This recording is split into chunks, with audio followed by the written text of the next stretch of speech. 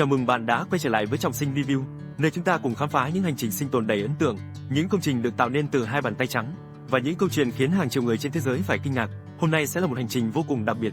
Hãy ngồi thật thoải mái, đừng quên đăng ký kênh nếu bạn yêu thích thể loại sinh tồn. Còn bây giờ, chúng ta hãy cùng bắt đầu. Chỉ trong chớp mắt, thời gian đã lặng lẽ trôi qua. Những dàn bầu giờ đã phủ kín khoảng sân, từ một vùng đất cằn cỗi và đầy cỏ dại, nơi đây giờ đã trở thành một khu vườn xanh mướt tràn đầy sức sống, mang đến một làn hương thơm ngọt ngào của cỏ cây. Khắp mọi nơi đều là những luống rau, dàn bầu và cây trái sai chiếu quả. Đàn gà con cũng đã lớn lên từng ngày, thong thả kiếm ăn giữa bãi cỏ xanh. Những quả cà tím trên sườn đồi đã chín tím mọng, nặng đến mức những cành cây mảnh mai phải hoàn xuống. Anh nhanh chóng dừng thêm những thanh trống để cây tiếp tục phát triển khỏe mạnh. Chỉ sau vài khung hình truyền cảnh, trang trại đã thay đổi rõ rệt, nhiều giai đoạn phát triển không được ghi lại. Đến khi xuất hiện trở lại, cánh đồng ngô đã cao vượt đầu người. Còn nhiệm vụ của anh hôm nay là cải tạo sườn đồi bên cạnh ruộng ngô. Anh tiếp tục mở rộng thêm những luống trồng mới trên triền dốc. Vụ bí ngô trước đã kết thúc, nên anh quyết định trồng thêm một lứa mới.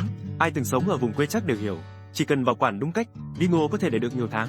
Đó là nguồn lương thực lý tưởng cho cuộc sống nơi núi rừng. Nếu yêu thích những hành trình sinh tồn và xây dựng như thế này, đừng quên nhấn thích, đăng ký kênh Trọng Sinh Review và bật chuông để không bỏ lỡ những video tiếp theo. Ngay cả đám cỏ vừa phát quang cũng không hề bị lãng phí. Anh đào một chiếc hố nhỏ dưới chân đồi, rồi cắt một tấm bạt cũ từng dùng để lợp mái, lót kín xuống đáy hố. Tiếp đó cắt nhỏ toàn bộ cỏ dại. Bạn đoán anh ấy đang làm gì?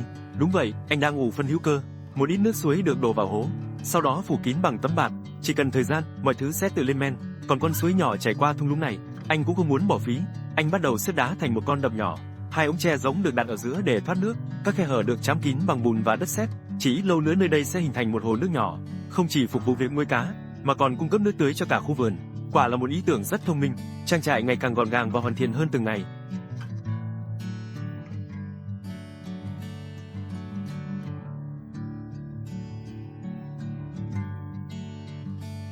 Do sườn đồi phía sau căn nhà khá dốc, chỉ cần mưa lớn là đất rất dễ bị sạt xuống. Vì vậy, bắt đầu gom đá để xây một bức tường chắn phía sau khu bếp. Nhờ đó, nếu xảy ra sạt lở, bức tường sẽ giúp giảm bớt lực đất đá đổ xuống. Hoàn thành công việc cũng vừa lúc đến giờ ăn trưa, anh nhanh chóng đi ra con suối gần đó. Sau nhiều ngày làm việc vất vả, anh quyết định kiếm thêm một bữa ăn tươi ngon từ thiên nhiên.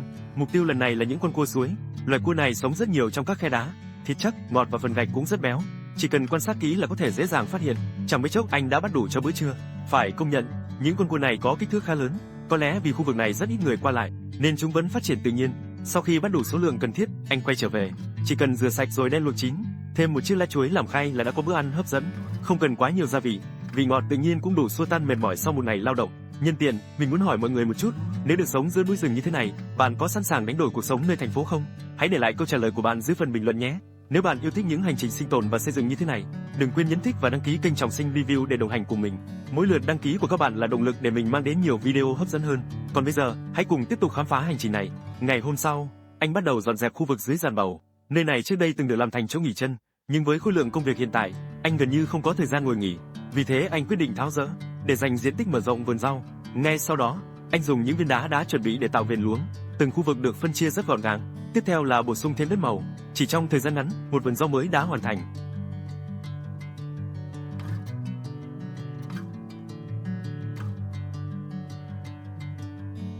Sau một thời gian ủ, phân hữu cơ cuối cùng cũng đã sẵn sàng để sử dụng. Lá cây và cỏ dại đã phân hủy hoàn toàn, biến thành lớp mùn giàu dinh dưỡng.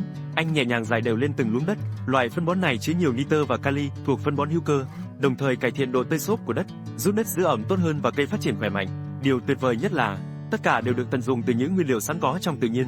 Sau khi trộn đều với lớp đất mặt, anh bắt đầu gieo những luống rau mới. Đây là một loại rau cải rất quen thuộc. Ở quê của bạn, loại rau này được gọi là gì?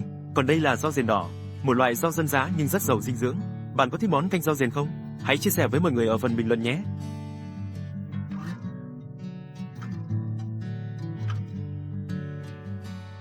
Ở khu đất cao phía trên, anh dành riêng để trồng đậu que, đồng thời dựng dàn cho cây leo. Vậy là công việc trồng trọt trong ngày đã hoàn tất. Trong lúc đó, những bắp ngô trên sườn đồi cũng đã chín vàng.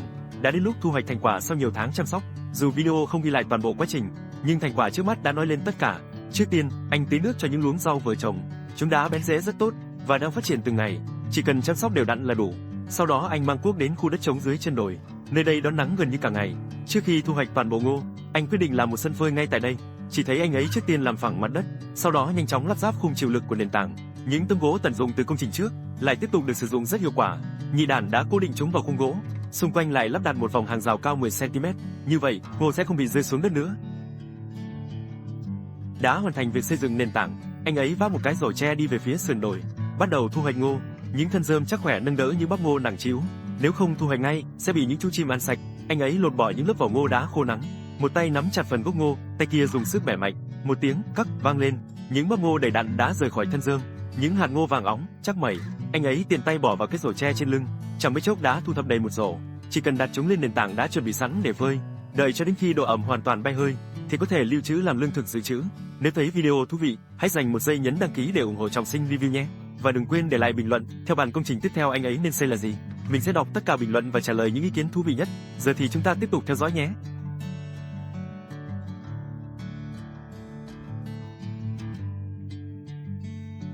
Sau khi thu hoạch ngô xong, thời gian lại đến lúc chiều tối. Nhị Đản đã thay bộ quần áo ướt đẫm mồ hôi, lấy ra một cây tre mảnh để chuẩn bị làm gì đó.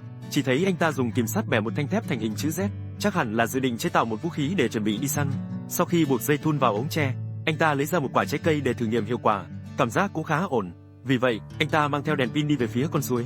Đến thời điểm này, ban ngày, những loài cá nhút nhát đã ra ngoài hoạt động. Anh ta tìm kiếm dấu vết của protein xung quanh. Chẳng bao lâu, anh ta đã phát hiện ra một con cá nhỏ bên bờ. Anh ta nhắm bắn bằng thanh thép một cách liền mạch. Chỉ trong chốc lát, anh ta đã bắt được con cá nhỏ. Có thể một số người sẽ nói rằng chỉ cần bắt bằng tay là được, nhưng những con cá nhỏ này rất trơn. Một khi bỏ lỡ cơ hội, sẽ làm kinh động cả đàn cá trong suối. Với thiết bị này, tỷ lệ chúng sẽ cao hơn rất nhiều. Chỉ trong nửa giờ, anh ta đã thu thập được một bữa ăn protein tươi ngon. Nhị Đản đã làm chúng sạch sẽ, dùng thanh tre kẹp chúng lại và nướng trên lửa than. Sau đó, hái thêm 2 quả cà tím làm món phụ. Chỉ như vậy, đơn giản đã no bụng.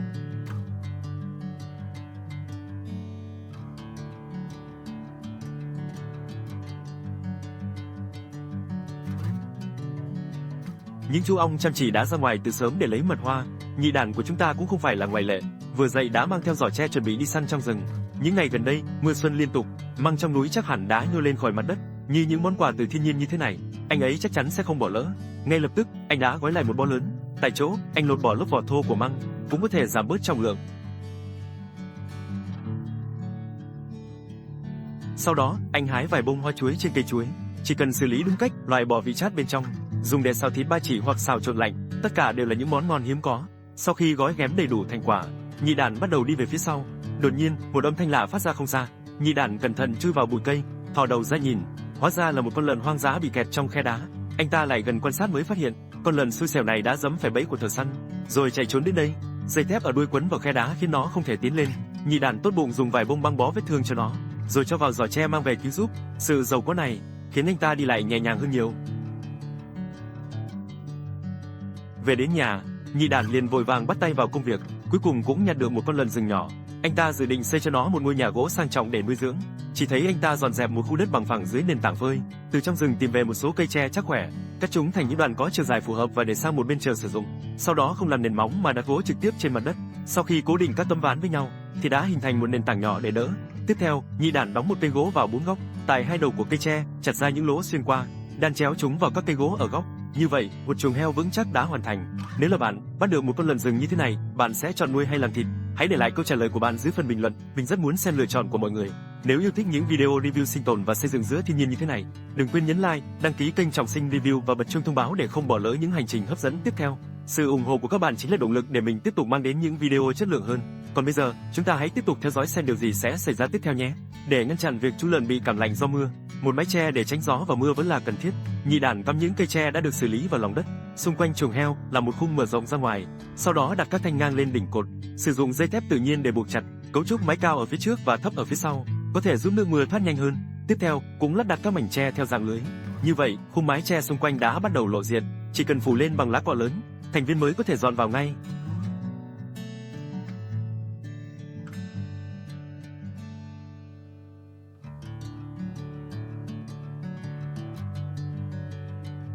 Do không chuẩn bị thức ăn, Nhị Đản đã cho anh ta một ít ngô. Nhìn ánh mắt thông minh của chú lợn, dòng dõi chắc chắn rất thuần khiết. Thế là, từ đó, trang trại của anh ta có thêm một thành viên mới. Đến đây thì hành trình khám phá ngày hôm nay cũng xin được khép lại. Nếu bạn yêu thích những video review về sinh tồn, xây dựng và cuộc sống giữa thiên nhiên hoang dã, đừng quên nhấn like, đăng ký kênh Trọng Sinh Review và bật chuông thông báo để không bỏ lỡ những video hấp dẫn tiếp theo. Đừng quên để lại bình luận chia sẻ cảm nhận của bạn về video hôm nay, hoặc cho mình biết bạn muốn mình review nội dung nào tiếp theo.